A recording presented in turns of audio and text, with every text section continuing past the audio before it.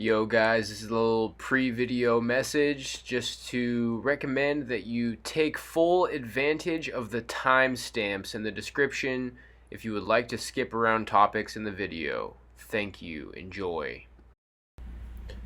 Alright, my friends. I'm not going to go into this video with too many expectations for how it's going to come out. I've been thinking about making this video for the last few days.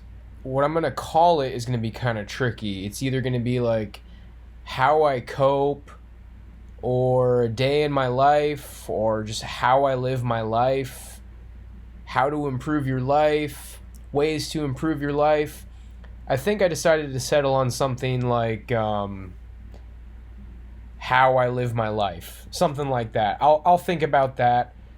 I'll name the video after it's over, but basically I've decided to write out in a notepad just like a bunch of day-to-day things that I do. I'll quickly go over every category that I have here, and then I'll just start going off on all these things that I have written down, just a little detail on every aspect.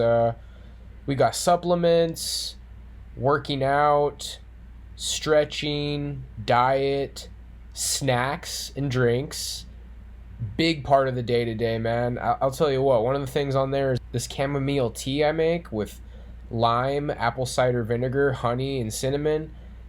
I'm always kind of surprised when I take a few gulps of that. Like, wow, that made me feel a little bit chill. It's helping me chill a little bit. So don't sleep on the snacks and drinks. YouTube, like what I watch on YouTube, interviews. This didn't really need to be a section, but I basically just wrote down that way back in the day, I watched a lot of Howard Stern interviews. You know, you might think this or that about the Howard Stern show. I kind of liked it, you know, the Whack Pack and some of the little stuff he has going on there. Richard Christie, one of the drummers of Death, is on the show. He does prank phone calls. But I remember thinking that Howard Stern did great interviews. It's funny, I think of the interviews I've seen, like Bill Murray, Seth Rogan, Jonah Hill, Snoop Dogg. Just being honest, a lot of people I don't really care about anymore. So, but, you know, if you haven't gone down the rabbit hole and watched all your favorite people who were interviewed by Howard Stern, he's worth checking out. You know, Patrice O'Neal. Let's see, we got prayer, how I pray, reading, music, a few details on how I do it with music, TV shows, what TV shows I like, a little bit about collections, DVD collection, books, CDs, some of my hobbies. Mine is basically all music. And then I'm going to end it on creating new habits.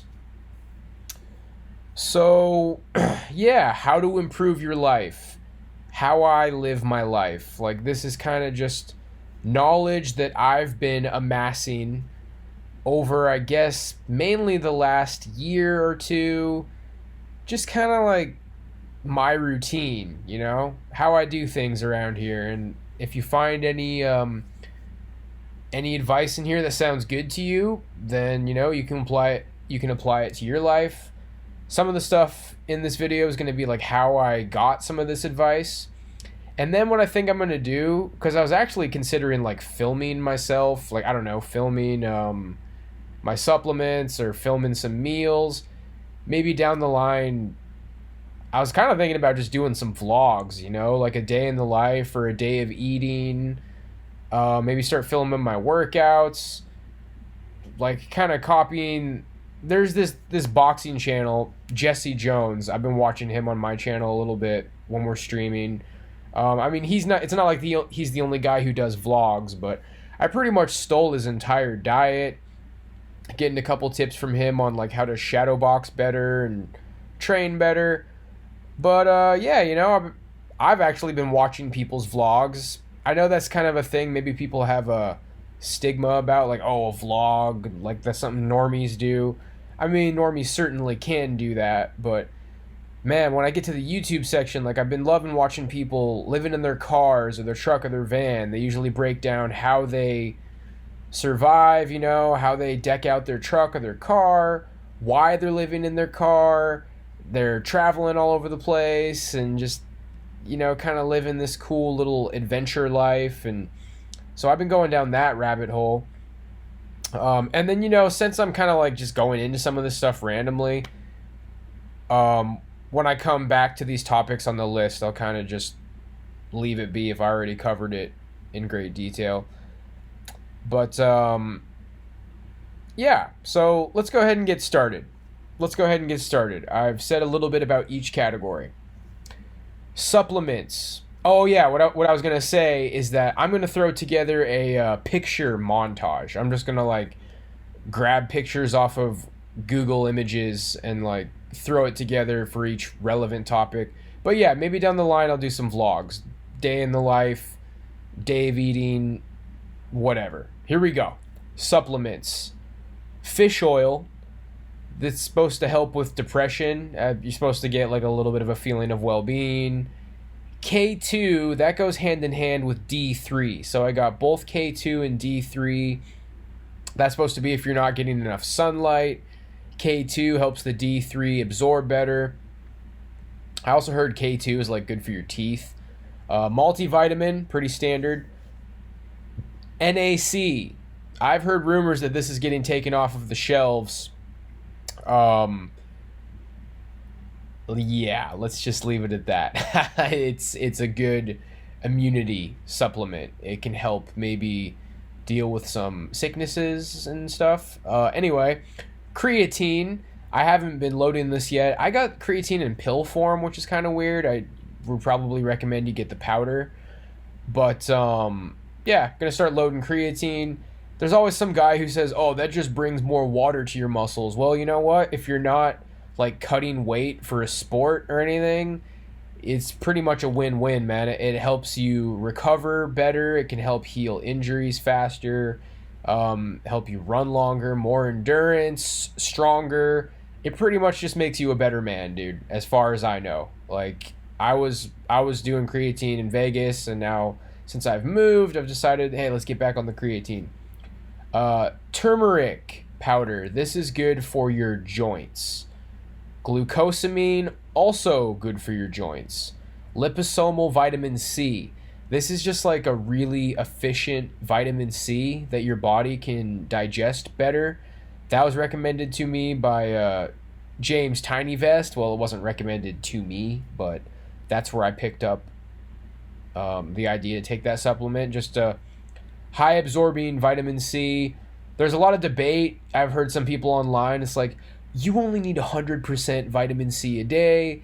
And then some people talk about how in like villages in Africa, they use very potent percentages, like 1,000 to 2,000%, to like eliminate viruses and sickness. I'm kind of leaning on the high vitamin C. So yeah, this idea that you should only take 100% vitamin C. Liposomal vitamin C is like 2,000% a day. So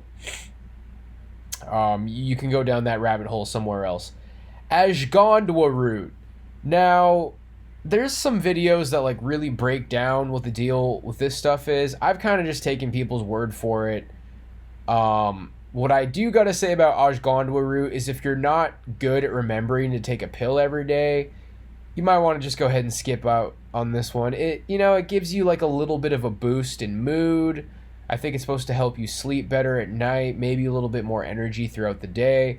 At one point, I was following some advice to take Korean red ginseng in the morning and then ashgandwa root at night.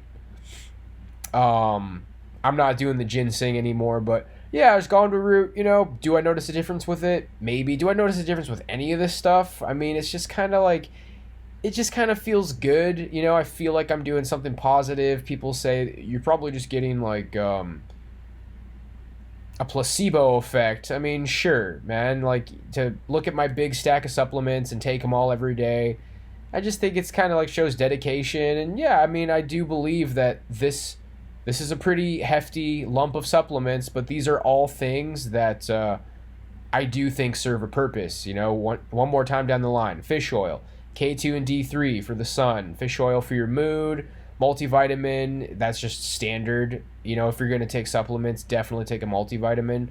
NAC for the immunity, creatine for your muscle retention or water retention, just making you better basically, turmeric for your joints, glucosamine for your joints, liposomal vitamin C for just overall health, vitamin C, pretty standard, ashgandwa root, is supposed to give you like a little mood boost, sure, whatever, just if, you know, you will feel like a little bit of a negative jolt if you stop taking it, so, you know, don't be halfway in with that one. Magnesium. I noticed that my multivitamin just didn't have especially high magnesium, and I've heard magnesium is important. So magnesium, and the last one I got in here is melatonin. Now with melatonin, I used to take it every single night. I was that guy where just every night before bed, pop me a melatonin. I do not recommend that, and if you do that, I would recommend that you take the effort to get off of it. I am very responsible with melatonin. It's something that I think should be respected. Like, if every now and then you're like, wow, it's like half an hour before bed and I'm not tired, if you can just take it every now and then, I get the 5 mgs and I break it in half and take like a 2.5 mg. I haven't taken it probably in like a month or months or whatever. I just have it just in case, you know. With sleep, with me, I probably end up pulling an all-nighter like once every month or two because my sleep schedule is screwed up sometimes. But as long as I'm able to get to bed before like 5 a.m., I'm fine. Then I try to slowly bring it back and whatever. Moving on. Now we're getting to working out. Y'all know I like to work out. I'll just say a little bit about my scapular winging, which, first of all, took me years to figure out that I have it, which means that it's an injury that I had for a long time that I wasn't making an effort to treat. So I've been pretty wary that I've had this probably since about like 2015. I had bad experiences trying to like get to physical therapy. You got to get to a doctor first to get the diagnosis, to get a physical therapist. I couldn't do it. I couldn't get people to cooperate.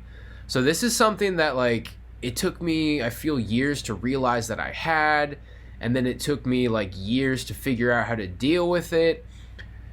Basically what it amounts to, and I feel like the way I got it was from weightlifting, you know, just, I was always like, you gotta lift big to get big, gotta lift big to get big, max OT, 4 sets of 4 to 6 reps, or 5 sets of 5, and just always trying to lift really heavy. There was times when it pretty much got to where I'd be like just about 1 rep maxing every workout, and I'd work out every day, and dude, I like grinded myself into the ground with weightlifting. So my advice for weightlifting, if you go that route, which this whole introduction is kind of letting you know like why I'm not really doing as much weightlifting right now. People say, oh bro, you gotta go to the gym to make gains, everything you're doing is maintenance, you can't put on muscle, you gotta do 5 sets of 5, you gotta do 4 sets of 6, max OT, you're not lifting heavy, dude, you don't put on muscle that way. And there's a lot of people who are like very well educated who say that kind of stuff. That was the route I went young. I'm thinking if my scapular winging gets in check, which right now I'm just kind of praying for, guys, because I really am smart with it. What it comes down to is no pull-ups and no dips, which some people, oh, dude, you got to do pull-ups, you got to do dips. I gone down the rabbit hole for rows versus pull-ups. Some people say that it hits like the exact same muscle. You'll hear a lot of people say that like rows thickens your back and pull-ups widen your back. But I gotta say that there's a school of thought that's very competitive that says that you're basically just hitting your back. Like you're hitting your lats and your back, and you're hitting the same muscles. If anything, rows hit more of your upper back, which is kind of cool. But anyway, yeah, I feel like I've had pretty good success just doing rows. And some of my thing with pull-ups, guys, is, you know, if you don't have any pain doing pull-ups, just know that you very well could. A lot of people complain about shoulders. There's a number of things that can go wrong with your shoulders and pull-ups. And I'm not necessarily sure that it's pull-ups that cause the shoulder pain, but if you have shoulder pain, then pull-ups will make it very noticeable.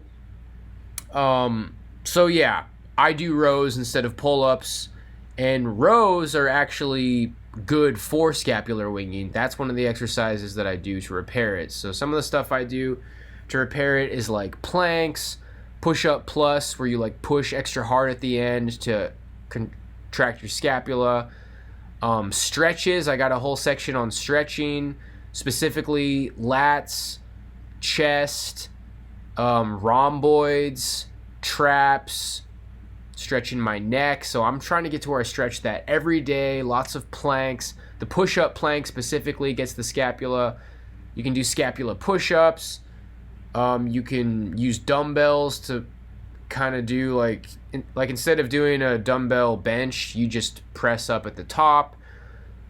You can do bear crawls. So I've really kind of got this stuff dialed in. And you know what? I think the shadow boxing can kind of help as well. It's kind of confusing there. Sometimes I feel like maybe the left hook can aggravate it if I'm not careful. I try not to throw like a ton of left hooks on the heavy bag, but it's been hard on me, man, because I really am loving, hitting the heavy bag and shadow boxing. And so my scapular winging is something that got me thinking more body weight exercises, trying to heal, trying to recover, trying to see if this is ever going to go away for me so I can just, if you guys don't have any injuries, boy, there's something to be said for that, man.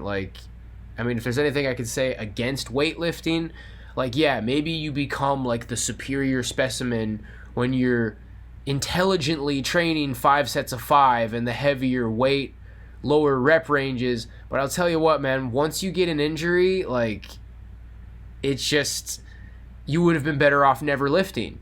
So that is something to consider, man. Every guy I know who was a bench press hero is like, oh yeah, I put up 375. Hurt shoulders, dude. Everybody who is into bench press hurt shoulders. When I do go to the gym, I was recently going to the gym, basically always dumbbell bench for me. That just works better for me. I'll use the bench press for close grip, for triceps. Anyway, let me go over my notes now for working out. Jumping rope. I've been doing 3-minute rounds. I'll do a little side swipe, do some double jumps every now and then. I see that CrossFitters will do 50 double jumps straight. That's pretty intense. I thought for a while that 3 minutes was really hard. I was building up to that. I was like, oh my gosh, 3-minute rounds. And yeah, now even when I, miss it for a few days, right now it's snowing. I haven't thought about this in a while because it was starting to look like spring around here.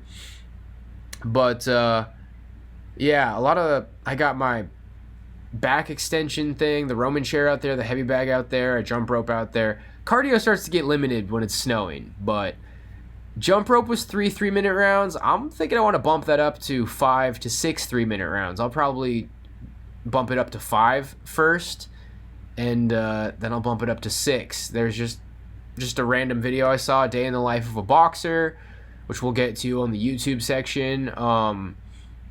This guy wakes up, goes to the gym, he does 6 rounds jump rope to warm up, 6 rounds heavy bag, 6 rounds shadow boxing, everything 6 rounds. I'm trying to get into that groove. So shadow boxing, again, that's typically, when I was getting into the Tyson head movement and more trying to get that Tyson style going, the side to side peekaboo style, lots of head upper body movement. I felt like I needed to tone the rounds down a little bit because I was getting more tired, so I was doing 3 rounds. Now it's kind of let's at least do 5 rounds or basically go home like you're a wimp. Shadow boxing, I like to do the first round just jabs, and then second round just jabs in the southpaw stance.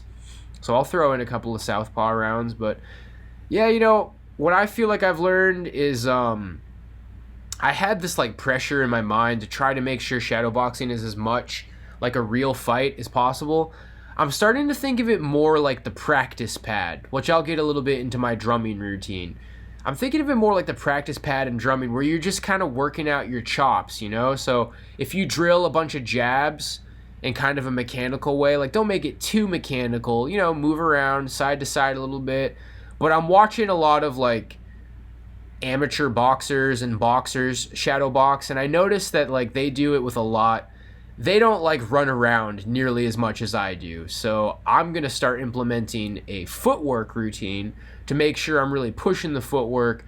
But shadowboxing, you know, throwing more punches, moving around for sure. You want to make it like a fight. But I've realized that when I think I'm making it like a fight, I'm actually just like running away. I'm like never ending running away from a bigger opponent. So I actually want to train a little bit more aggressive, you know? I mean, ideally, you'll be backing somebody into a corner and throwing a bunch, but I digress. I was going to mention a little bit about how, you know, I'm a guy who, like, trains a lot of boxing stuff, heavy bag, shadow boxing. I pretty much train like a boxer, and it gets to a point where everybody's like, well, dude, do you spar? Do you spar? Like, you know, trying to make it out like I'm some fake poser martial artist. I'm to a point where I was looking for a boxing gym, and there's not one in my town. If there was one, I would go. I think just like anybody who starts sparring, I would get humbled. You know, I'd get picked apart. I don't think I can walk into a boxing gym and push people around. I don't think I'm super tough. But I am to a point where I would respectfully approach a boxing gym if there was one. And I'll be keeping my eye out for whatever there is, you know, if I could get some guy to hit pads or whatever. But, you know, I imagine you go there, sign up, the coach holds the bag for you, coaches you a bit, has you hit some pads, you train with the boys, and then eventually when they think you're ready, you get in there and spar a little bit. And you keep it respectful, and, you know, I don't want to get knocked out. I don't want to try to knock anybody out. Just throwing that in there. Like, I am to the point where I respectfully would spar if I had an opportunity. So, I just really enjoy it. You know, it's just kind of random to say, like, I'm a Dragon Ball Z fan. I mean, I think it's a little bit more than that. My dad's a martial artist. You know, he got me into watching UFC when I was in, I guess like a freshman in high school, or I remember he was watching it and I didn't really care about it when I was a freshman, but I started getting into it like near the end of high school. My dad did full contact karate, and he's like, yeah, these UFC guys, you know, if they dive for my legs, there's like not really a thing I could do. You know, these guys weren't around as much back in my day. But hey, you know, you look at Wonder Boy Thompson, like he did full contact point karate. You see a few fighters in UFC who did that. So, yeah, dad got me into martial arts young. I did like Dragon Ball Z. I do like Dragon Ball Z. I'm not really sure how much that has to do with it. Other than, like, I guess I'm, like, LARPing as some Naruto Saiyan Dragon Ball Z character or something. I don't know. That probably doesn't sound very good. But, I digress. Shadowboxing. Heavy bag. I hear a lot of boxers say that shadowboxing is more important than heavy bag. Heavy bag's for the power. So, you know, you're going to want to make sure that heavy bag is in there sometimes. I had to go through this evolution process to, like, build up my wrists way back in the day. And it was kind of scary because it was like once my wrists would hurt, they would continue to hurt if I didn't stop hitting the heavy bag. And basically, like, I'd stop for, like, 5 days, and it's like, it just still hurts a little bit. Let's go ahead and hit the bag, and then it would go right back to where it was.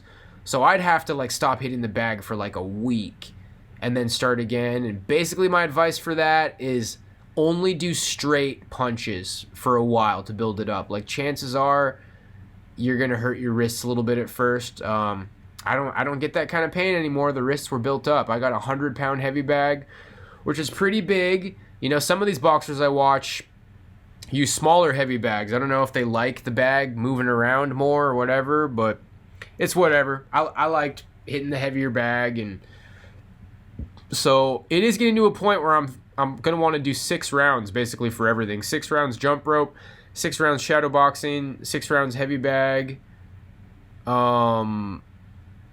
Hopefully 6 rounds of other stuff too, because that I just realized that's 666, not intentional, and that just is a good number of rounds. That just seems to be a good number of rounds. I think 5 is kind of the standard. Yeah, I think 5 is kind of the standard amount of rounds. 6 is like just a little bit extra cardio. You hear about guys hitting their bag for like 8 to 10 rounds too, and that's where I start to think, yeah, I'm not really an amateur boxer. I'm not really competing. I want to not be too heavy on the cardio, I guess, but it's whatever, dude. We'll see what happens in the future. Maybe someday I'll get myself in a boxing gym. That would be pretty cool. Or an MMA gym. I'd love to do jiu-jitsu. I'd love to roll jiu-jitsu. Maybe that's in town. Like, I just want to be involved in mixed martial arts or martial arts, man. I don't ever see myself competing. And then, when it comes to sparring, oh, do you spar, bro? Do you even spar, bro? I probably would, like, not put a lot of pressure on myself to spar all the time. It's not really good to get hit in the head, you guys.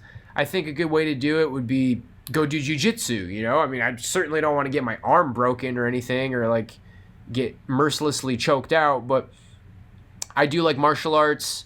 It's a good way to stay in shape, and yeah, they're good skills to have, bro.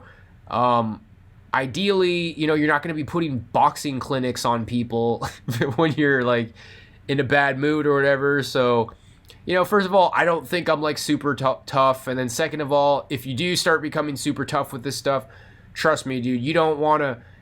It's almost equally as bad to win a fight as it is to lose a fight. It's like, whoa, dude, I really am tough. And then somebody's on the ground like battered and broken, and then you go to prison. So, and then you'll probably find somebody who's way tougher than you in there. So that's that. Runs. Oh, man, runs. It just really got me thinking, man. I've been working out every day since the last run I went on with some people from my church. We went up this mountain. We didn't even get very far because there's ice up there. So then we tried to go on the trail. There's ice on the trail, and we run back. They ran to the track, and I ran home, man. I was like, you know what, guys? You kicked my butt. Like, I'll see you next time. And they went and apparently did a bunch of a Murph, which I'll get to that in a second because that's a lot of what's modeling my calisthenics routine. I would not sleep on runs, man. You hear the guys, you got to lift big to get big. You got to train big to get big. Runs are just fairy cardio. You're just melting your muscles away. You're just burning your calories. Runs just like mental toughness, man. Running uphill. Like, I don't know if it's because I hadn't ran in a while for the winter, or because it was uphill, or because I'm heavy and out of shape. I don't know what it was, dude, but that run, I felt like I was sick for a few days because of the lactic buildup in my throat. It was the most intense training I've had in a long time. Martial artists, boxers specifically, they do the road work all the time, man. So I am at least going to be trying to I'm going to be encouraging these people at church to run a ton, and then I'm just going to run whenever they run. Because overall, I feel like I just get enough cardio from the stuff I do at home. Let's go ahead and run down the list really quick before I go into detail over everything.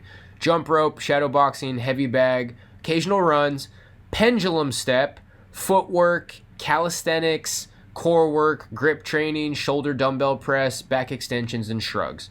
So that's kind of the list of everything.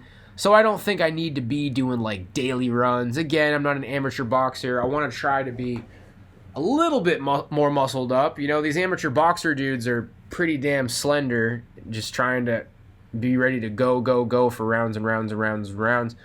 But I do find that I'm implementing boxing training for my main training right now. So pendulum step, I kind of describe it like when you look at your character in a fighting game, maybe if they have they kind of jump back and forth when you're not even doing anything, just kind of that natural way of being in a fight, you're in a fight but you're not fighting. But you can just look up pendulum step. It's just hopping from one foot to the other. I did 5 rounds of that today because snowy, and I just wanted to get some sort of a cardio going. It's kind of like an easier version of jump roping. Jump roping is definitely harder, but if you can't get to the jump rope, maybe you load up on a couple extra rounds. I did 1 regular stance, then southpaw, then I do where you're just standing forward, like with neither foot forward, and that's kind of like fake jump roping. And then I did each side again one more time. So I did a 5 rounds of 3-minute rounds pendulum step today. Yeah, just like with a jump rope, like for some people, if this is not how you train, you know, if you're like a dude, bro, lift big to get big, tell me how that 3-minute rounds of jump rope goes, or tell me how this 5 3-minute rounds of pendulum step goes. Like if you're not trained like that, I remember way back in the day I used to just do like 1 minute of the, you know, jumping back and forth for your calves. Like I've come a long way since then, so you can really build up your calves this way. And then it's just important for your footwork. I'm going to start doing footwork drills. I have that written down here. I'm going to get one of those ladders. You see football players use them. I'm going to get some more footwork drills going. Calisthenics, push-ups, squats, rows, burpees. So the Murph is a mile run, 300 body weight squats, 200 push-ups, 100 pull-ups. So like I say, I don't do pull-ups. I'm doing rows instead. Now I recently took each individual exercise from the Murph and tried it. The other day I did 100 rows. Pull-ups are harder than rows, so I'm going to try like 130 rows next time because I did 10 sets of 10, got through it pretty easy. The 200 push-ups was the hardest for sure. Today I did 100 push-ups, 5 sets of 20, and for 2 of those sets of 20, I have my 20-pound vest on. So, yeah, man, I'm trying to maintain the gains from, because now I've gotten through all 3. I did the 100 rows, I'm bumping that up to 130, 200 push-ups, that was tough, and then the 300 squats, and that was basically nothing. Next time I do that, the plan is that I did each of these once. I did a easier back workout yesterday. I did a little bit easier push-up workout today. I'm going to hit an easier squat workout tomorrow, and then I'm going to do each of these one more time and try to improve, you know, try the 130 rows, try to do better on the 200 push-ups, try to do better on the 300 squats. I'm going to load up, man. I do the first set. I've been doing the Mike Tyson squats. You can look that up with the cards. So with 10 cards with the Tyson squats, that ends up being 100 in a set. And then I did 10 sets of 20. I'm thinking I'll do like 4 sets of 25, or 8 sets of 25, or maybe even like 4 sets of 50, because I can really do a lot of body weight squats, man. I usually do the Tyson squats with the weighted vest on. So basically, yeah, that Murph, and then you do a mile run after. So mile run, 300 squats, 200 push-ups, 100 pull-ups. I'm doing rows, do 130 rows, and then another mile run. So, yeah, that's kind of got me not wanting to slip up on any of those calisthenics. Like, now that I've done the day of 200 push-ups in a day, I want to consistently at least do over 100 push-ups a day and try to keep that weighted vest on. Keep the weighted vest on for all that stuff. Core work, got to regularly hit the abs. I got the inverted sit-up thing coming, so I can do sit-ups. Grip training, I got grip masters, and then I hold my dumbbells for as long as I can. Shoulder dumbbell press. So that's like the 2 weightlifting exercises. You know, I'll do some rows with my dumbbells, shoulder press, and then shrugs. That's pretty much the extension of like weightlifting that I got going over here. It's just nice to have, you know, try to get your shoulders as beefy as you can. I got 30-pound dumbbells. I'll be able to make some gains off that for my shoulders. Shrugs, doing the shrugs with it. It's lightweight for sure, dude. People are rolling their eyes at 30 pounds, but, you know, I'm good for like 3 sets of 10 with that already. And that's like not pushing very hard. Dude, I'm so much more controlled with the weightlifting than I used to be. Basically, it's like in high school, I curled 40-pound dumbbells. Now I curl 15-pound dumbbells. It's like, what happened, dude? How did you lose all those gains? It's like, oh, dude, I'm making gains. I'm making gains, but I really like training my arms for like symmetry. You'll hear all these kids online. I got one lat that's bigger than the other and one pec that's bigger than the other. How do I even out my lats and my pecs? You learn to lift lighter weights with better form, and I think there's so many guys out there who hate that, but you gotta lift big to get big, and I it's kind of just my thing. I became obsessed with symmetry. I got some injuries, you know, kind of a bum knee. The knee's not nearly as bad. I just wear a knee sleeve. It's all good to go for the jump rope and runs. But the scapular winging, every now and then it will make me want to not like box as long, but I'm doing great with it, bro. And when I get down to the practice pad section, it's like, yeah, I feel like hitting the practice pad in a certain way is like great for my scapular winging, so I kind of kill two birds with one stone. Shoulder dumbbell press, back extensions, shrugs. I also do side raises. That's the one I always see boxers doing. What are they called? Is it lateral raise or like just flies, dumbbell flies? The ones where you throw them right out to the side. More plates, more dates says that's like the secret to his big shoulders. I see boxers doing that more than I see them doing shoulder press. I also have my 2-pound dumbbells, which people are like, bro, why do you have 2-pound dumbbells? Bro, I can teach you ways to work out with those that will make you feel like shit. So there's like a full shoulder endurance boxing workout. You know, you do it over your head for a minute, and then you do punching with it for a minute, and then uppercuts for a minute, and then you do it to the front for a minute, and then to the side for a minute, and yeah, there's a pretty cool little like endurance workout with that. I'm always kind of paranoid to train my shoulders because I feel like it's going to cause me pain, but yeah, well, I discovered over the years scapular winging, and it's really not like a shoulder.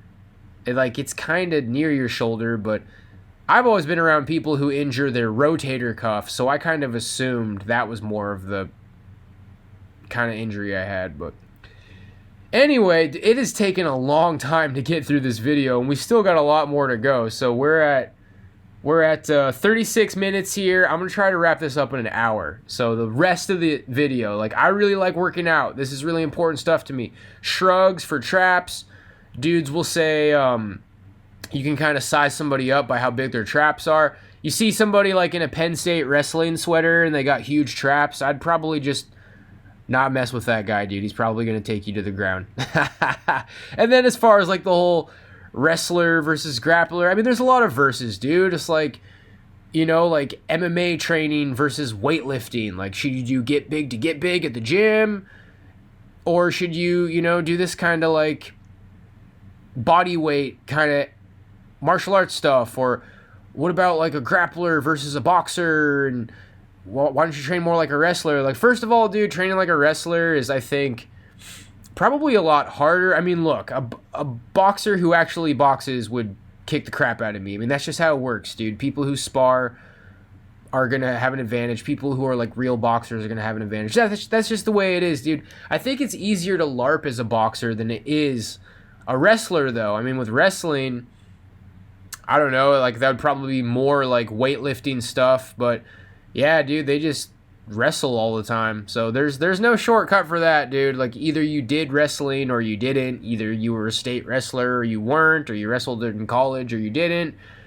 Probably the same thing for boxing, but I don't know, dude. I shadow box. I think I've gotten better at it over the years. I think I've gotten better at hitting the heavy bag over the years. I think jump roping has worked wonders, and pendulum stepping and running, and so the whole thing, like, oh, you don't even spar, bro. It's like, whatever, dude. If you want to be like a poser boxer like me, that's how I work out. And like I've said, I would respectfully go to a gym, and if I could find a cool sparring partner who's not going to try to, like, you know, we're not going to try to like figure out who wins or whatever. And maybe down the line, if you find somebody cool to train with, you can train hard sometimes. Like I said, dude, Dragon Ball Z. Like, I like martial arts, man. I think it's great. I don't want to come off like I'm super tough or anything. This is just how I like to train, and I think it's like changed my life for the better. So yeah, weightlifting versus body weight, boxer versus grappler. Do whatever you want to do, man. And I'd love to do jiu-jitsu and in high school, when I tried to be like tough, when I tried to dude bro around and act like I was a tough guy, I lifted weights and tried to wrestle people, dude. Usually if there was a fight, I'd get like one double leg takedown, but I didn't fight like a lot of like amazing wrestlers. And when I did, I got taught a thing or two.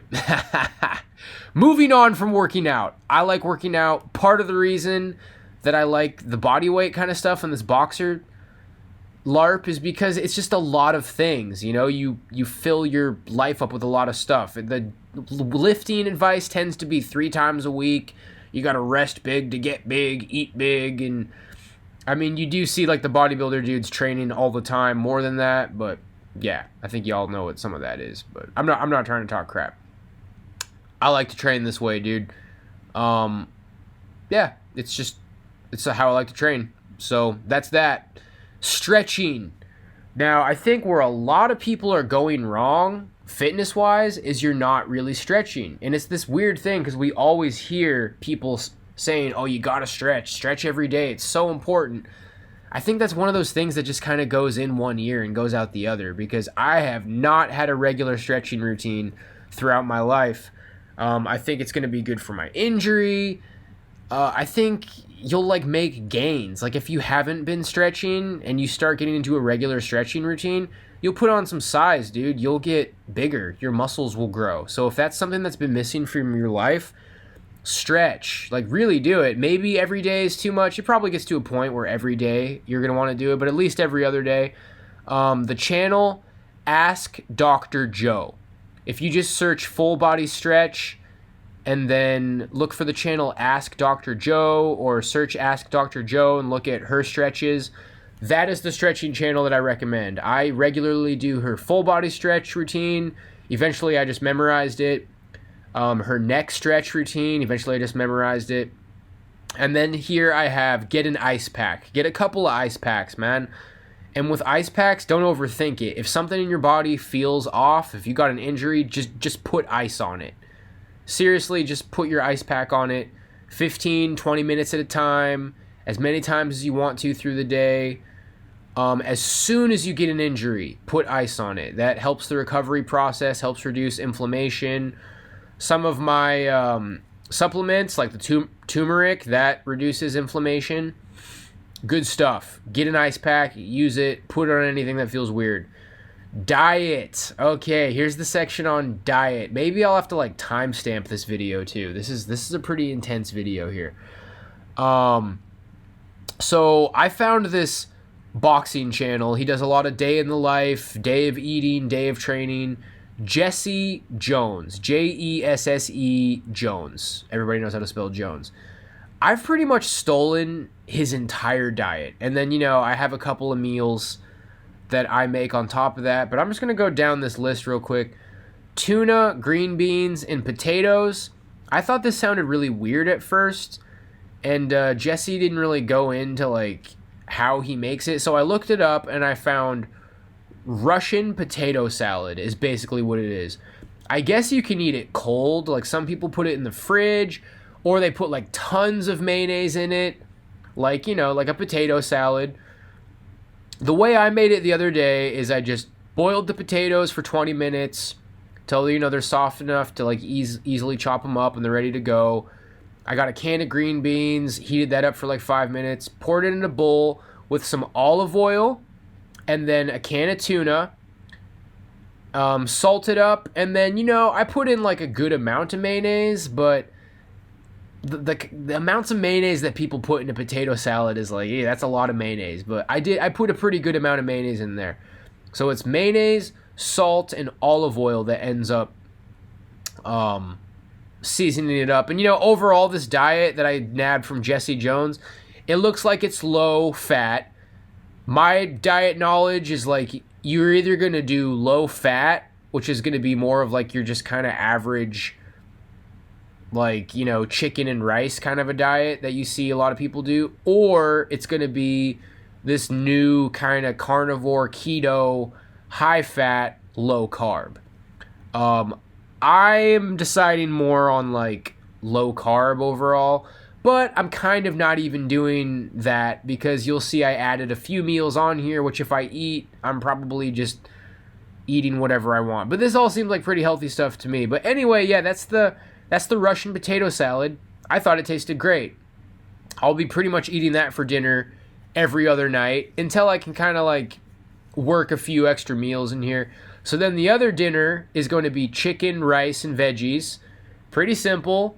I just cook like half a cup of rice in my rice cooker. Probably going to do a little bit more than that.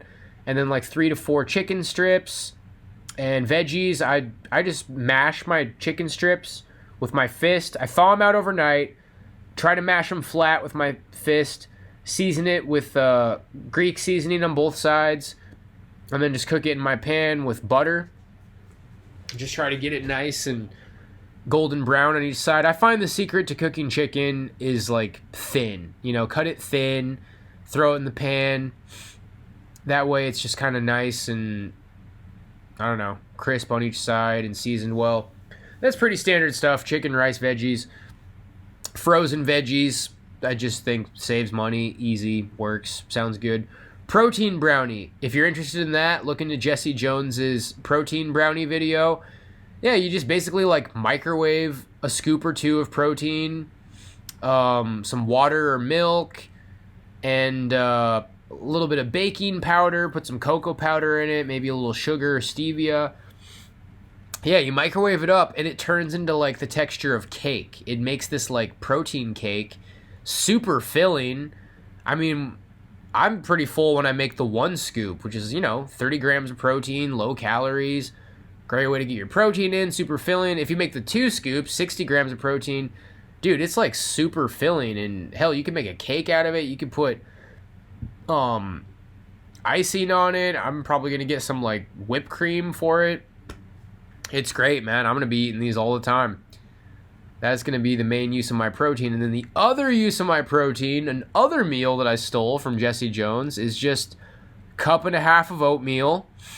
But you just really pimp it out. When it's done off of the pot, you want to make sure it's got a little extra moisture in it. You don't want it to be too dry.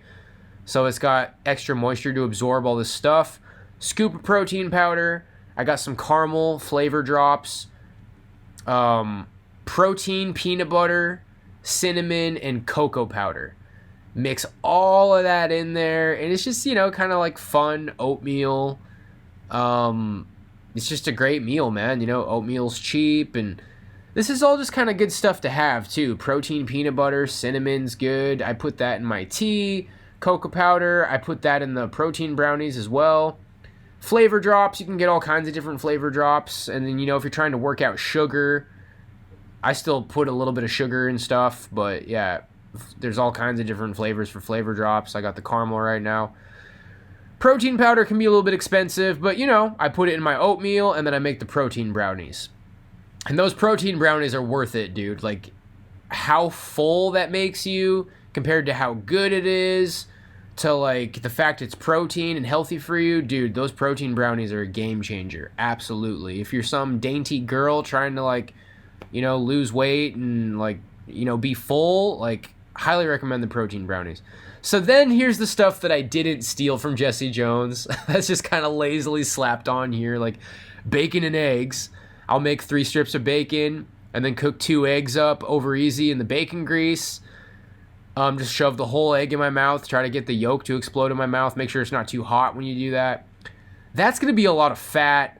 This diet that I stole from Jesse Jones is looking like it's a low-fat diet. Tuna, green bean, potato, no fat. Chicken, rice, veggie, no fat. I don't think he puts olive oil in the Russian potato salad. So, be mindful if you're trying to stick with the low-fat. Be careful with the olive oil. Protein brownie, no fat. Oatmeal, no fat. So, yeah, that's like a low-fat diet. Bacon and eggs, me just kind of like nutritioning it. It's like, fat is good for your brain. I like fat. I'm not like a pro boxer or a Nazi or anything. So it's like, you know what, dude? Like, let's have a fat meal. So my bacon and eggs could be a fat meal. And then maybe a steak and a baked potato every now and then. I got some steaks in the freezer. Sausage, eggs, and potatoes. Y'all see me make that on stream all the time. So these are just a couple of other meals that I have, in the arsenal. I'm going to be wanting to add more stuff when I get to the YouTube section. You'll be seeing that I watch some cooking channels. Always trying to look for stuff that's like, that looks good. It's not expensive, easy to make. But yeah, there's some meals right there. If you guys are just looking for stuff to make, looking for stuff to keep in your house, I have really enjoyed these few days of just totally nabbing Jesse Jones's diet. And then, the bacon and eggs, can't go wrong with that, man. I get these big, thick cuts of bacon. Yeah, man, like, be careful, like, with the low fat. Like, that's the thing. When it comes to, like, low carb versus low fat, I do like carb foods. I find it hard. And then, I always, like, crave carbs. So I found the low carb stuff to be tricky for me. But when it comes to low fat, I wouldn't be too radical with that because, for a thinking man, for an intellectual, I hear that fats are good for your brain, like, to say the least. It's, like, mandatory. So, you're getting fats in your diet when you're watching your macros and stuff for these kind of low carb or low fat diets. But, yeah, bro science, bro nutrition. I throw a fatty meal in there. I love my bacon and eggs, baby. Love my sausage, eggs, and potatoes. Love my steak and baked potato. Lots of butter and sour cream on that potato. And you know what? When I start maybe, like, trying to get a little bit more pro, maybe just the eggs. Like, just get some eggs in there, man. I love eggs. Raw eggs, omelets, eggs over easy. I support eggs.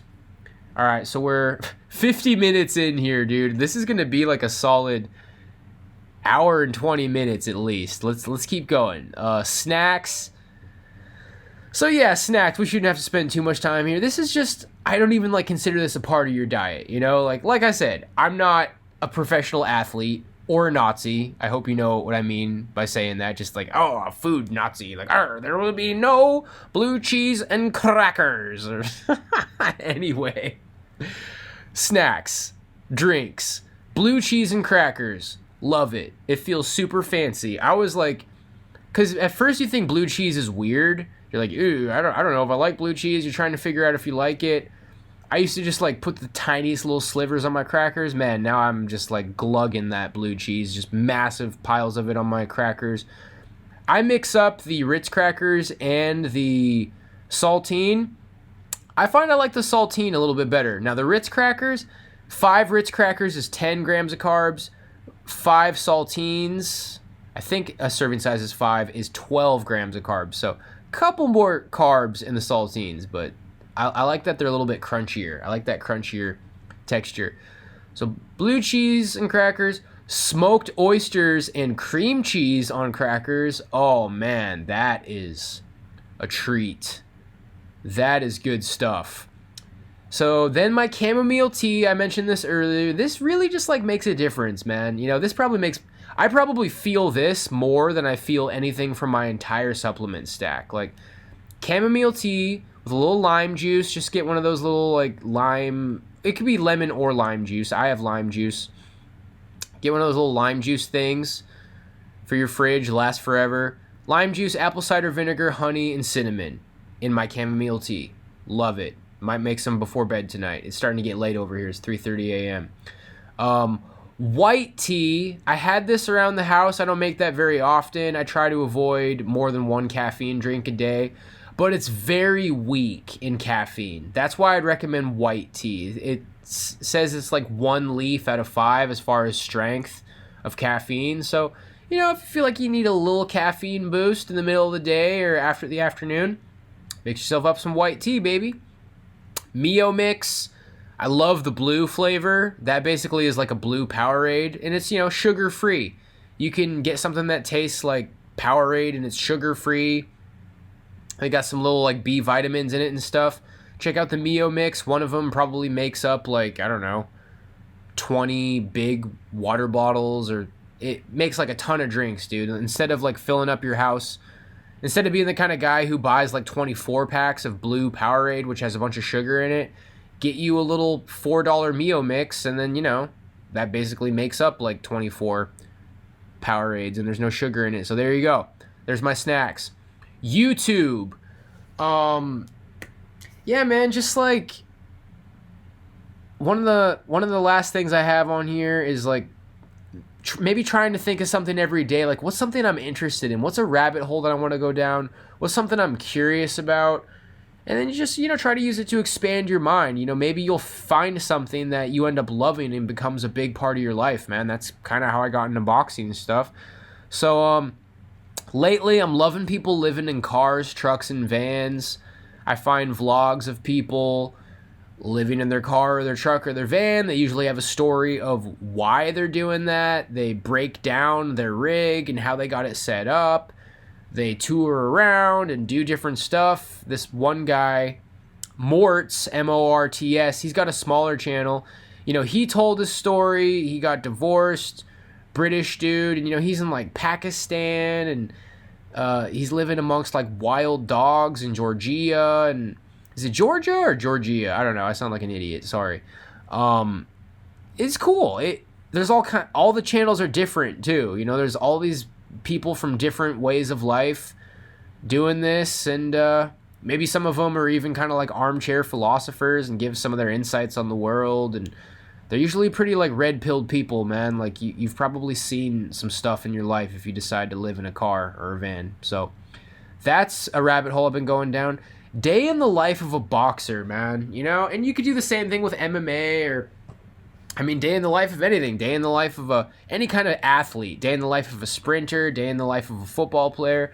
But I tend to stick with the boxers, man. You know, they wake up early, eat some sort of a fancy, healthy breakfast. That's how I found Jesse Jones and stole all of his diet advice. Picked up a couple of things on training from him. Yeah, man, just getting inspired. You know, these guys go to the gym. And like I said, I watched that one guy. He goes and does everything for 6 rounds. 6 rounds jump rope, 6 rounds heavy bag, 6 rounds shadow boxing. He does his ab work. Then he goes outside and runs some like hill sprints. Then he goes home and takes a nap, and then he comes back to the gym and spars. So, yeah, day in the life of a boxer, day in the life of anything. I find that pretty inspiring. Cooking channels. One of the ones that I recommend is Wolf Pit. I'm just kind of looking through YouTube to make sure that's what it's called. Let me just type it real quick. Wolf Pit food. Yeah, the Wolf Pit. WOLFE Pit. I haven't dug too deep into this channel yet, but it just looks like it's like a lot of good cheap meals, you know, all kinds of cool like cheap soups and crock pot recipes. I have a crock pot. I'm going to probably be trying to integrate more crock pot recipes. But that's just one cooking channel, you know, looking at cooking channels, drooling over food, thinking about things you want to integrate in your life. Video games channels.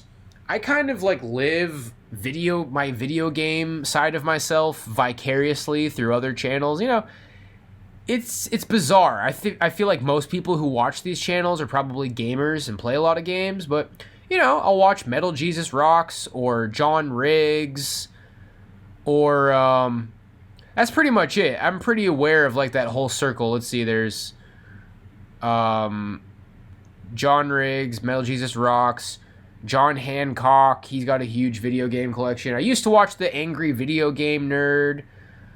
I'm just totally brain farting on what the black guy's name is who hangs out with Metal Jesus. It's not Casey, some sort of a C name. I don't know. I can't remember his name. He's got a cool channel too.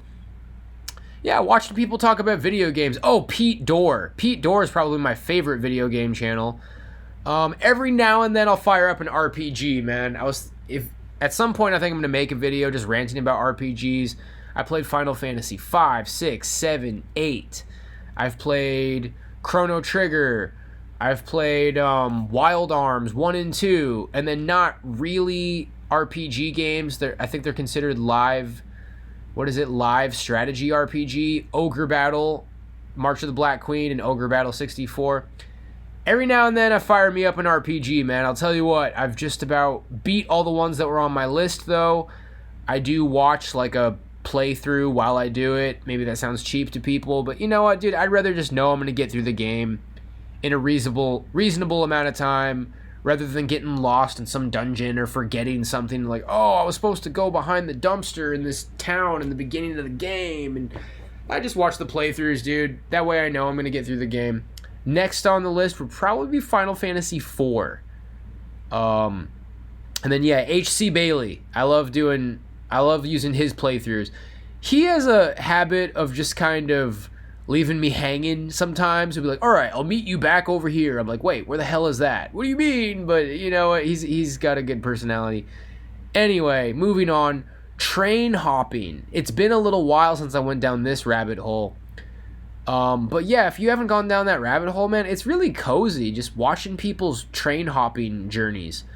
You know, they'll usually be in parts, 4 or 5 part series of a guy train hopping. I think one of the channels I watched was Trevor Jacob. He's like an extreme sports dude. But there's some other train hopping channels. I can't remember any of them, man. But if you've never been down that rabbit hole, dude, and you got like some time to kill, just watch people like go on train hopping adventures. It's a great time. Life story, you know, watch videos of people telling their life story, how they got off and on drugs, you know, my story of rehab. Like to me, I see a video and it says it's 45 minutes or 35 minutes and somebody talking about like how they got on drugs or off drugs or how they became a boxer or how they did anything or started doing anything or stopped doing anything. Like that's just sounds like good times to me, man. And then, you know, Chael Sonnen's channel for UFC MMA stuff. Chael Sonnen has a great sense of humor and a way of carrying himself. If you've never watched Uncle Chael, you're gonna have to check that out. I don't want to like shorten anything. I don't want to like rush through anything. I think I'm being pretty honest here with like how much time everything deserves. We're getting there. We're getting there, guys. This is looking like it's sizing up to be about hour and 20-minute video or less. So I have interviews written here, just Howard Stern, Joe Rogan. I really didn't, you know, I was into the Joe Rogan podcast before he got famous. You know, I got to drop the hipster line with that. I used to fall asleep to Joe Rogan when I was living in Boston, going to Berklee College of Music, man. I'd fall asleep to Joe Rogan podcast. That was back in 2009, 2010. So whoever remember, I mean, did anybody watch Joe Rogan back in 2009, 2010? I did. I pretty regularly watched him for like a few years after that. Over the years, kind of phased out. But, you know, when Joe Rogan interviews somebody like Travis Barker, or I watched a segment from his interview with Mr. Beast. Man, I found that really inspiring. Joe Rogan gives good interviews. Howard Stern gives good interviews. Find people who give good interviews and, you know, like watch them interview your favorite people. It's cool to watch people get interviewed. Prayer. Here's a very important section. So I memorize Psalms and passages from the Bible. Now I have a bad habit of not remembering which Psalms they are. I have them all written down in my notes. I should probably start remembering that, but I don't know, you know, I say them like prayers. The Lord is gracious and full of compassion, slow to anger and of great mercy. The Lord is good to all, and his tender mercies are over all of his works. Let thy works praise thee, O Lord, and let thy saints bless thee. In Jesus' name I pray. Amen. Boom. That was a psalm. So I got a bunch of those memorized. I have a video where I was reciting all of the ones that I have memorized back to back to back, and that was actually the one that I forgot. So there you go. The missing piece. I have the rosary memorized, which some people might think is weird. You know, I'm not a Catholic necessarily. This is stuff that would be covered in like a different video as far as like what kind of a Christian am I. We're already over an hour deep into this. You know, rosary, Apostles' Creed, Lord's Prayer, Hail Mary, you do that 3 times, and then the Blessed Be, or glory be to the Father, and to the Son, and to the Holy Spirit, as it was in the beginning, is now, and ever shall be, world without end. And then you do another Lord's Prayer, and then you can like keep going with a bunch of Hail Marys separated by Lord's Prayers and Blessed Be's. Just more stuff to memorize, man. I don't do the rosary every day. I don't like mechanically do the rosary. It's just every now and then it's like, I feel like going through the middle pillar of the rosary, or maybe I feel like doing a long rosary session. I enjoy it, you know, and at the very least, if you're somebody who's like, oh my gosh, I would never do the Hail Mary, it really doesn't hurt to know these things, man. Everybody should know the Lord's Prayer. I think it's like a sign of a serious Christian if you memorize the Apostles' Creed. And you know, you should know the Hail Mary. Why not? So, yeah. And then on top of that, I have just regular praying, you know, just talking to God. Maybe I'll do all three at the same time. I could start it off with a memorized psalm and then do the middle pillar of the rosary and then do my regular prayer, or just a psalm and regular prayer, or just regular prayer. Regular prayer being just kind of having a conversation with God, asking for things, apologizing. I regularly apologize, seek penance, and then I regularly ask for things, and I'm regularly grateful for things. And then the new thing I've started doing is after your prayer, instead of just jumping right up and leaving, you just kind of sit there in the prayer position after your prayer is done and you said amen. You sit there for like another 30 seconds, and it's kind of like you're waiting for a response from God, which, you know, it is what it is. You might feel something special from that. It's just something I recommend, you know, just out of respect. Like, don't just run away. Like, okay, finally my prayer's done. Like, just kind of chill for a second. So there's my prayer advice. Reading. Read. What else is there to say about it? You know, read. Right now I'm reading through a study Bible, and I'm trying to read the Bible a little bit every day. I think there's a lot of Christians who maybe wouldn't consider themselves as scholarly as I do, but they read the Bible every day, and I don't. So I'm starting to try to make some time to read the Bible every day. I'm going through Mark right now in my study Bible, and then I got a systematic theology.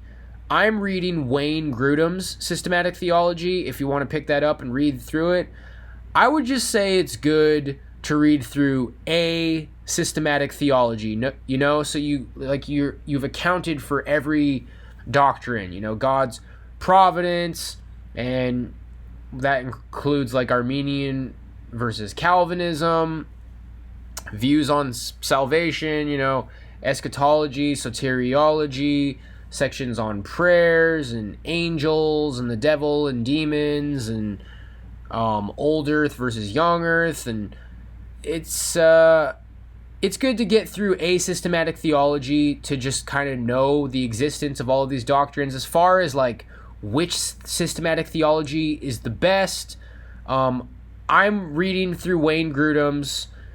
It's like a reformed theology. It's pretty good overall. You know, some of the really hard questions like old earth versus young earth and, you know, other stuff, like, yeah, this is a topic for another video. But anyway, just, you know, read. I'd recommend you read the Bible every day. I like to read like a few books at a time. It's kind of like how people watch TV, you know, your typical Joe who has his shows. You have your 3 or 4 shows that you watch every night. Have 3 or 4 books that you read through every day. And then maybe one book gets a little bit boring, and then one book's getting a little bit intense, and then it's a good way to like find books that you're passionate about. And if you're trying to like have that day of just page turning, reading all day, you're probably better off to get there when you're reading through a few books at a time. So that's that. Music. I am a musician. Y'all know this. We're an hour and 7 minutes. This section's going to need a little bit of time. So we got my chillin' music, which is trance. I'll either have a trance station going, and the name of this trance station is Raz Nitzan Music. RAZNITZAN Music. That has a vocal trance station and another trance station going all the time. That stuff just kind of gets me pumped. I could read to trance music, as long as there's no vocals in it. But, you know, interestingly enough, there were some vocal trance songs that came up on the station, and I found I was able to read fine during that. But typically when I read, you know, maybe I'll have like classical on. I need to put classical in that list. There's trance, lo-fi. I should also put classical. You could put jazz in that list. This is like background music. And interestingly enough, this is what I find myself listening to probably the most, is stuff that I can just kind of vibe to in the background. So lo-fi, can't go wrong with lo-fi. I would just type lo-fi into YouTube and then search for the live feature and just sub to like 10 different lo-fi channels. Yeah, so, you know, it's like, what do I want to vibe to? Trance or lo-fi? And then I need to get back to, because it's really been that exclusively. In the past, there was a lot more classical. would listen to classical when I read. Jazz when I read. I have like a couple jazz stations and like a bossa nova station. So then, then there's the music that as a drummer I'm kind of inspired by. Always working on swing and jazz. Growing up playing drums, it was kind of like, oh, jazz is lame. I want to play punk and rock. And I'll tell you what, man, as far as like chops, having really good chops, playing a good drum solo, playing fast, playing clean, playing good, just like being a good drummer. Because, just lately, I think it's just a phase. I'm actually starting to get back into the at least an hour to an hour and a half of drumming just about every day. My drumming practice is jumping back up. But I did recently kind of see the biggest decline in my practice routine that I haven't in a while. So I got to the point where it's like, what could I regularly practice that just kind of makes me a better drummer overall? You know what I mean? So I don't have to like get into the finite details of every single style. Swing, man. Da da da da da da da da da. Getting that swing ride cymbal. Then you got the up tempo Tony Williams swing. And then after swing, I got samba, and that's kind of related to the up tempo swing. Because if you slow down up tempo swing, like the ride cymbal pattern changes once it gets past about 280 BPM. You could argue about that. I feel like I'll hear a lot of people playing around like 260, and they already are starting to shift the ride cymbal feel. But a samba, the ride cymbal will be the groups of three, typically, like da-da-da, da-da-da, da-da-da, da-da-da, da-da-da, and the bass drum pattern da-da, da-da, da-da, da-da.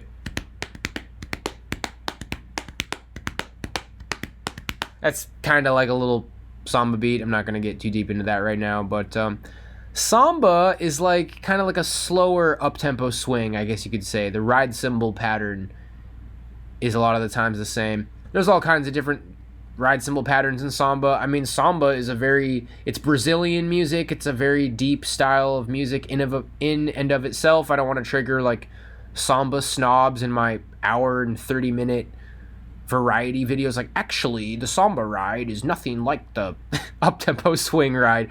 Samba's great. I find myself playing a lot of samba on drums. It's great for the bass drum foot. Do-do, do-do, do-do, do-do. I think that's a bass drum pattern drummers should regularly work on. The ride cymbal, da-da-da, da-da-da, da-da-da, or it can be like da-da-da, da-da-da, da-da-da, da-da-da. There's all kinds of samba rides. It's a good style to practice for a number of different reasons. Reggae, ska. I want to practice more reggae and ska. I like this music particularly for the drumming, man. It's just really tasty. When I think about like old backbeat music, funk, you got your old, what are they called?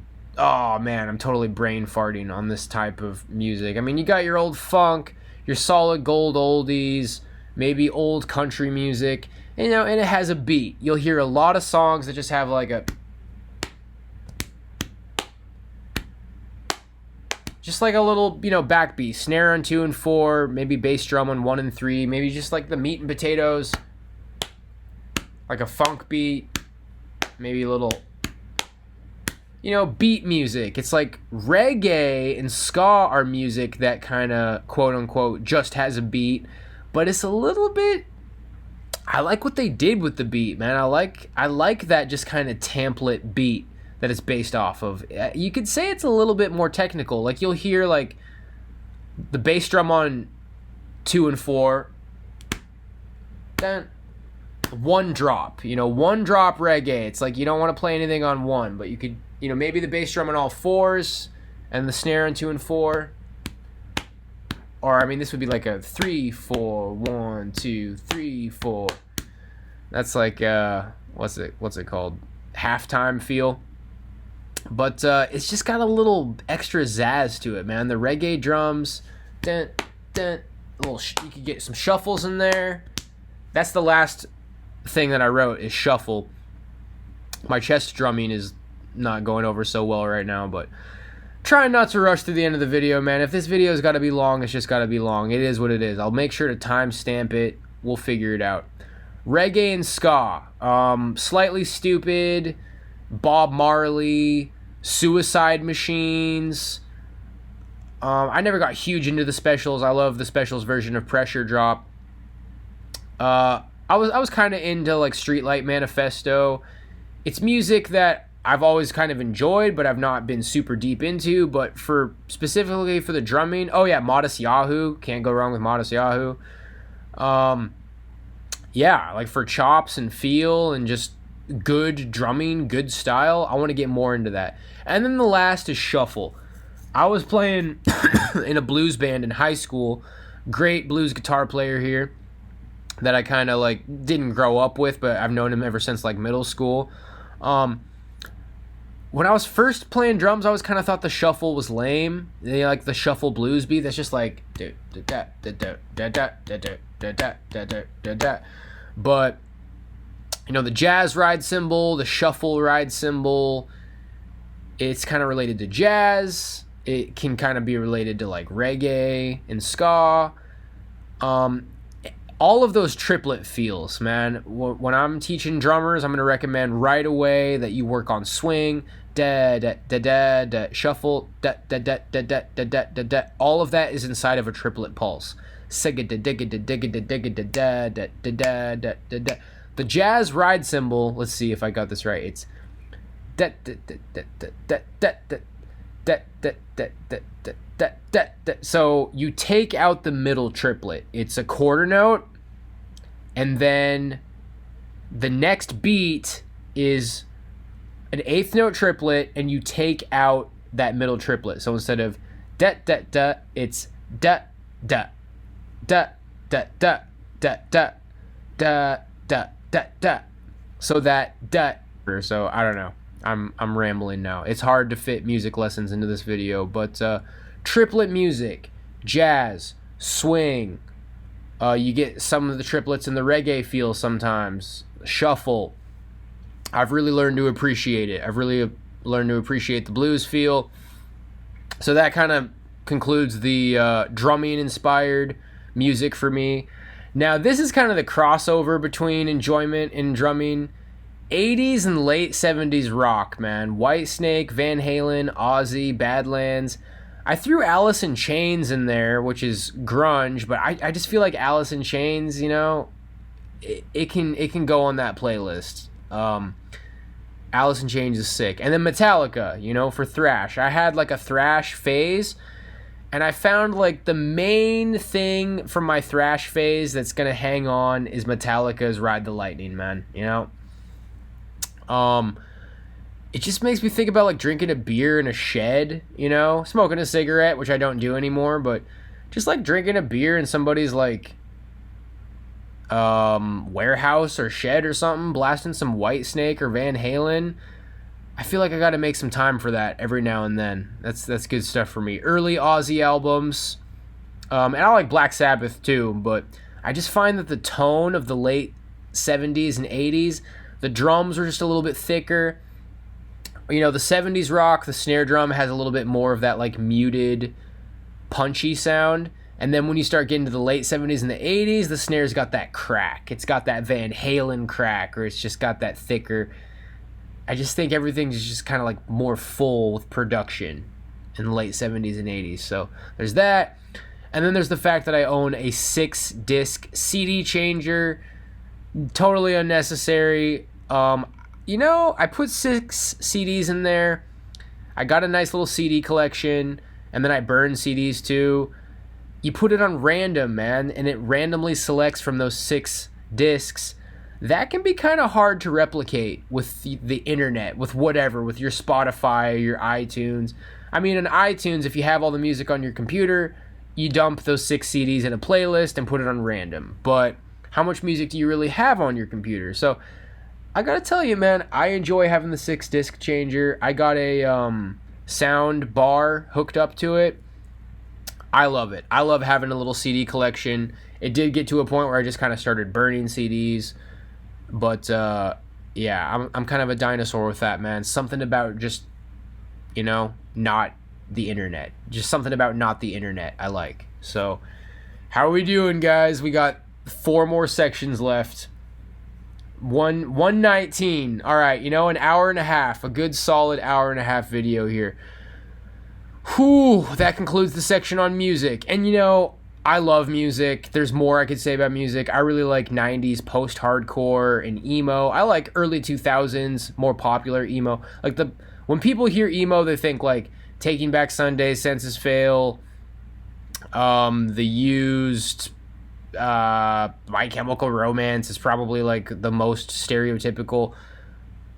I still kind of like some of those, like not necessarily those bands specifically, but there's a lot of like the later 2000s stuff that I like. Some of the underrated things would be like Minus the Bear, Bear versus Shark, the first like Seosin, and then the first Circus Survive album.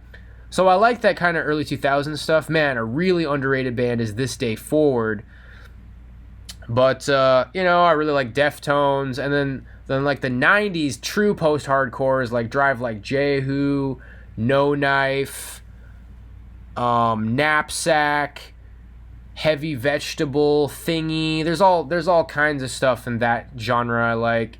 Love Further Seems Forever. Love Hardcore, Shai Hulud, Strong Arm. I got a very broad, ever shifting around taste in music. But I felt like for here, that was just kind of what I wanted to say for this video. TV shows. I'm not really going to stay on this one long. These are just, right now I'm watching Big Love. It's about Mormons. It's about a polygamist Mormon family and kind of some of the drama they're getting in with this, like, polygamous compound. Just kind of showing you, like, I don't know, like, what it might be like to live in a polygamist Mormon family and showing you this kind of, like, gangster side of Mormons, I guess, and I don't know. I don't want to offend anybody with how I describe it, but it's an interesting show. Maybe check it out. Some other shows I liked. The Shield, just straight up, just pure test, dude. Just 5'9", 250 pounds of just pure mogging every single Lanklet cop, dude. The Shield was dope. Breaking Bad. Everybody's seen Breaking Bad. If you haven't, you probably should, dude. It's the one show that everybody loves that seems to kind of deserve it. Now, is it overrated? I thought Pinkman was kind of annoying. Some of it I thought was kind of filler. I might have even liked The Shield, but, I kind of had The Shield on in the background where Breaking Bad held my attention pretty close, so it's a good show, dude. It's probably like the least overrated popular show ever. Nowhere Man. Check out Nowhere Man, dude. It was on UPN in like 1995. That covers some of the kind of content that this channel covers a lot. Nowhere Man is a hidden gem. Check that out. Mr. Robot, modern show that covers some of the content this channel talks about. Some of it I didn't care for. Utopia, same thing. It covered more. Like, oh my gosh, you kind of have to see the show Utopia. I didn't really like it, though. I didn't really like Utopia, especially, like, the torture scenes. I fast-forwarded through all the torture, dude. Anytime there was, like, weird, sketchy torture crap, I just fast-forwarded through it, dude. I wouldn't want to recommend that show and have you, like, sitting through torture that I didn't sit through. So if you want to watch it because it's pretty necessary as far as, like, what it's about, you'll see what I mean if you ever watch it or read about it. But yeah, just so you know, I skipped the torture. If you want to do the same, you'll still get the point of the show. The Tripods from 1984, check that out. Day of the Trifids, and V from 1983.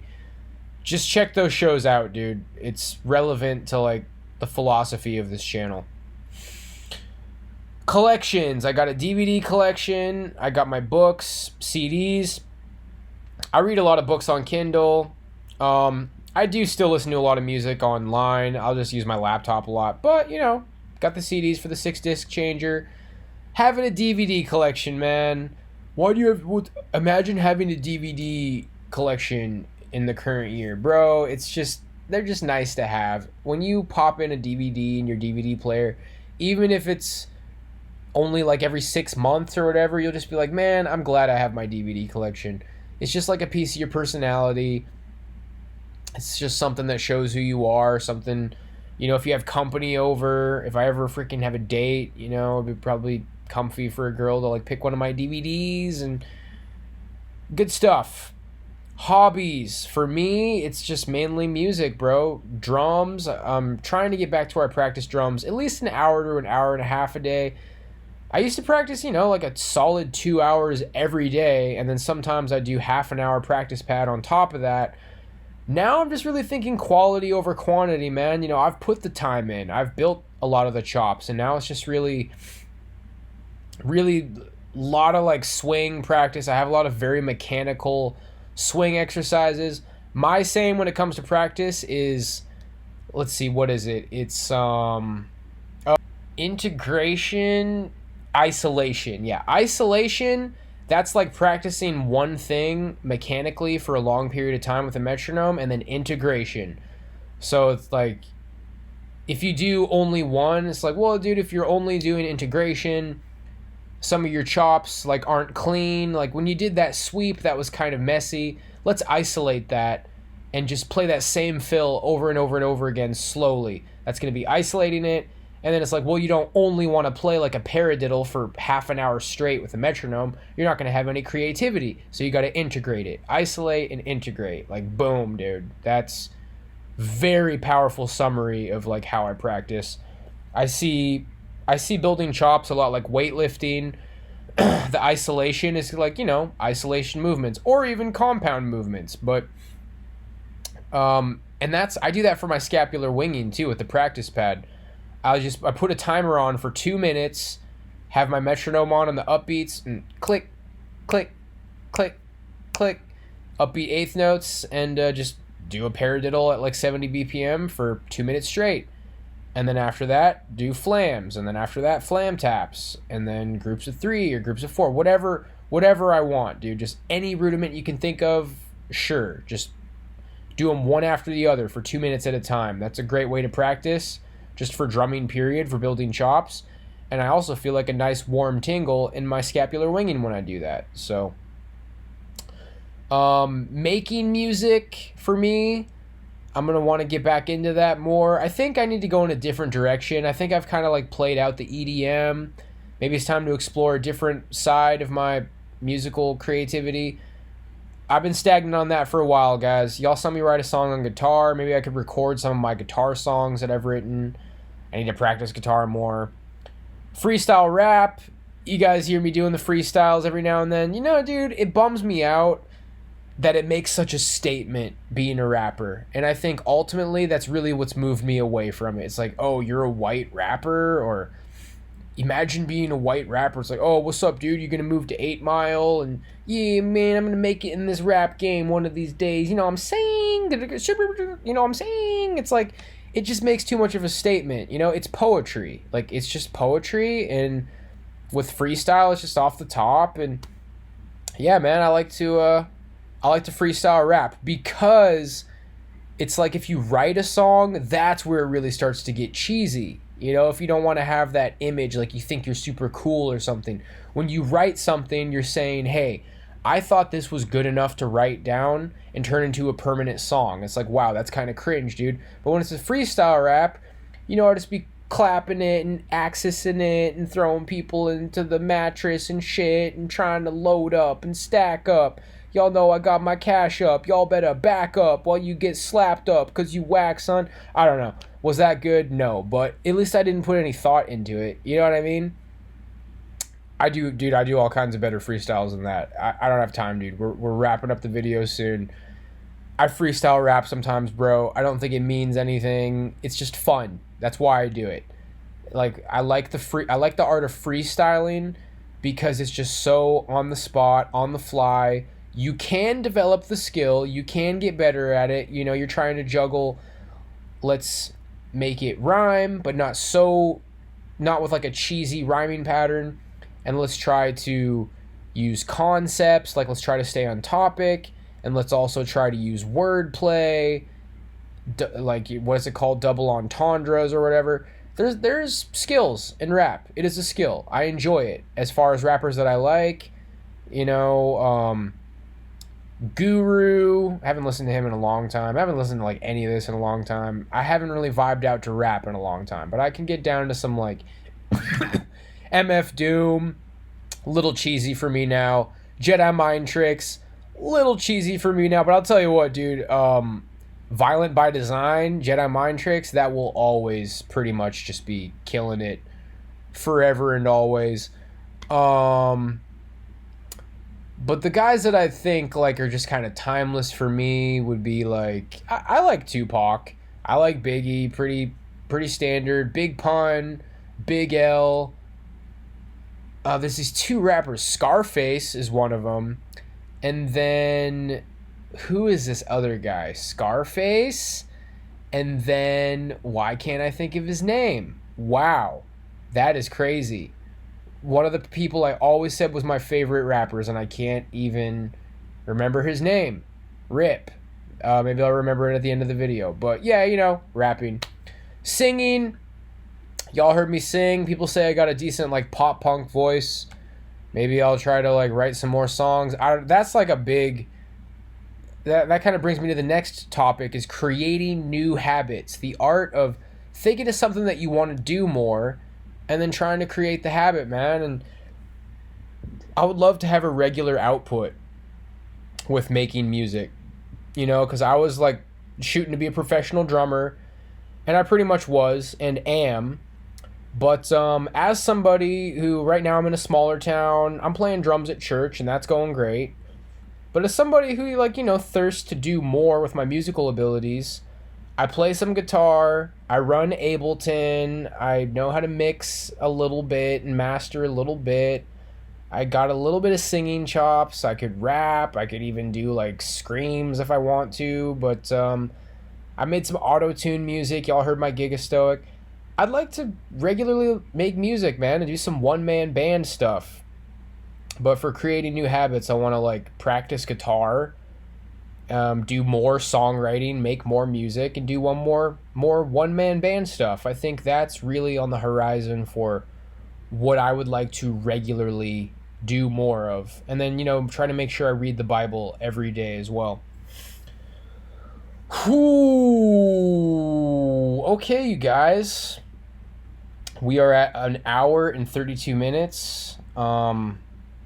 I don't think I have time to listen to this right now, man. If I listen to this right now, I'm going to be up really late. But it might not even be a bad idea to just go ahead and do it, because I got to start thinking about getting up for church on Sunday. So we'll see what happens, man. I might just have to go ahead and throw this on as soon as I'm done and get to bed at like 5:30 or 6 a.m. Holy crap. We'll see what happens. But yeah, guys, that is a little bit about how I live my life. Just some things that I think make my life better, you know, like how to live, how to do better, how to just wake up. And I'm a philosopher, you know, and a lot of what we focus on with philosophy and theology is what's wrong with the world, what's wrong with people, where has our country gone wrong, where has the West gone wrong, what's happening to men, what's happening to women. Why is the world attacking the Bible? How is the world attacking the Bible? How have they pushed God and Jesus out of the mainstream and out of the focus? A lot of negative. I've noticed like a lot of being a philosopher is just focusing on negative stuff. It's like, well, I'm trying to live a good life. I'm trying to live a life that is good. If you're smart, you will live a good life. You will fill your day up with things that improve your experience of life. And these topics, supplements, working out, stretching, diet, snacks and drinks, YouTube, interviews, prayer, reading, music, TV shows, collections, hobbies, and creating new habits. This is all some of my insights on how I live, what I think adds my flair to my life. And, you know, take what you want, leave what you don't. Let me know maybe some tips you have for me in the comments. And yeah, a lot of food for thought there. I think I'm going to have to put this project off for tonight because I do want to download a bunch of pictures. I want to listen to this all the way through, maybe edit it up a little bit. I think it was a pretty clean take overall. Yeah, man, you'll have a nice little slideshow to go along with this to just kind of keep you engaged. So, and I'll timestamp it and I'll link everything I brought up. This is going to be a good effort for my channel. and I officially announce that the direction of this channel is going to be more self-help, self-improvement, how you can get up and move and get happy. And, you know, we discuss like black pill and red pill. Negativity, that's what I just said. Philosophy is like negative. Things are negative. The world is ending, or evil people took over the world or rule the world and mislead us. And let's focus on some positive. Let's keep it positive a little bit. Let's improve our lives, dude. Let's figure out how to get it going. People will be like, well, why would I take advice from you? Your life isn't that great. You know, I think my life is underrated, dude. I think some of the people, and I'm not trying to take shots, some of the people who talk mad crap about me, I might be way happier than you, dude. I'm just being honest. There's a chance that I'm way happier than you. What is happiness? What does make one happy? This is somehow I'm figuring out how to be happier, bro. This is a good way to live your life, in my opinion. So, God bless you, and I will see you next time, my friends. Take it easy. God bless.